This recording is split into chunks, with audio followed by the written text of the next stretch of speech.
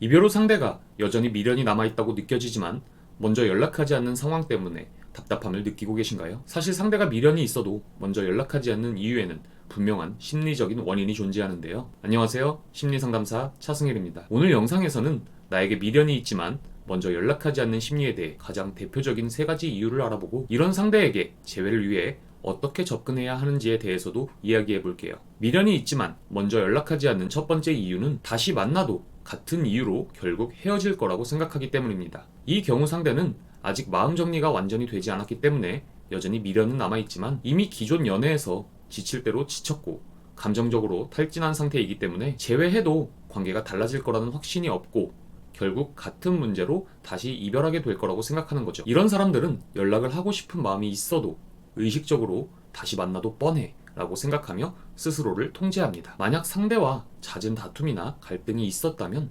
상대가 이런 이유로 연락하지 않을 확률이 높은데요. 그렇다면 이런 상대와 재회하기 위해서는 어떻게 접근해야 할까요? 이땐 단순히 감정적으로 접근하는 것은 효과가 없어요. 상대가 이렇게까지 단호하게 마음을 먹었다는 건 이미 여러 차례 쉽게 문제가 해결되지 않는다는 걸 느꼈기 때문이죠. 그렇기 때문에 상대가 느끼는 어차피 다시 만나도 똑같을 거야 라는 의구심을 완전하게 해소할 수 있는 구체적이고 확실한 대안이 필요합니다. 단순히 이번에는 다를 거야 같은 막연한 다짐이 아니라 현실적이지만 확실한 대안을 보여줘야 한다는 거죠. 두 번째 이유는 자존심 때문인데요. 내가 먼저 연락하면 지는 거야 라는 생각으로 이 경우 내가 연락해서 이어지는 관계는 의미 없어 라고 합리화하기도 하며 혹시 상대가 먼저 이별을 통보한 쪽이라면 자신의 선택을 번복하는 게 상대에게 우습게 보인다거나 연락을 먼저 하는 건 미련이 남은 사람처럼 보이고 그러면 자존심이 상하기 때문에 먼저 연락을 안 하는 거죠. 이런 사람의 특징은 상대의 연락을 기다리다가도 막상 연락이 오면 또 자존심이 발동해서 쉽게 넘어가면 안 된다는 생각을 해요. 그래서 적극적으로 답장을 해주지 않는 경우도 많죠. 그럼에도 상대가 미련이 있다면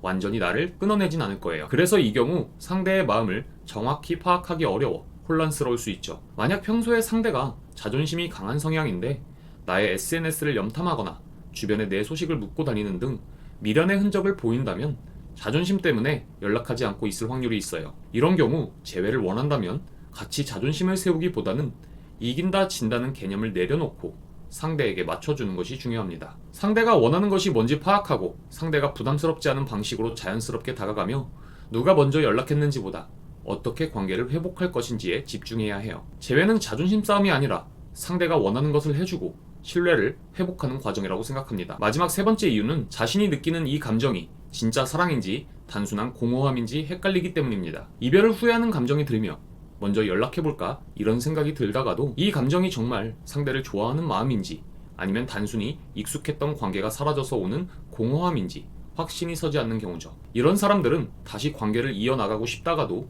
괜히 연락했다가 후회하면 어쩌지?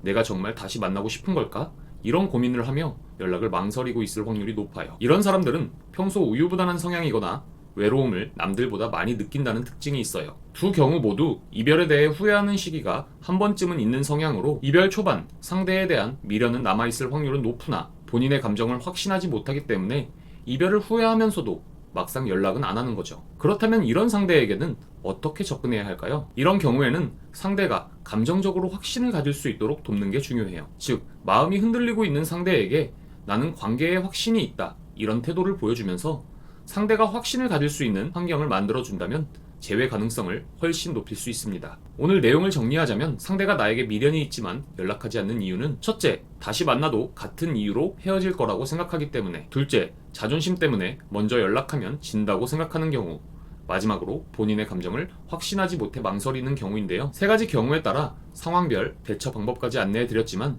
결국 재회에서 가장 중요한 건 상대를 어떻게 설득하냐입니다. 여기에는 기본 전제가 있는데요. 상대의 입장에서 생각하고 행동하는 겁니다. 그러기 위해선 상대가 왜 이별을 선택했는지, 다시 만나기를 망설이는 이유는 뭔지, 혹은 거절하는 이유는 뭔지 이걸 정확히 알아야 그에 따라 나의 행동도 달라질 수 있어요. 만약 도대체 상대의 마음을 모르겠고 내가 뭘 해야 할지도 막막하다 하시는 분들은 1대1 상담을 통해 확실한 해결책을 받아보시기 추천해드리며 오늘 영상 마칩니다. 영상이 도움이 되셨다면 구독과 좋아요 부탁드리며 다음 영상에서도 유익한 내용으로 찾아뵙겠습니다. 감사합니다.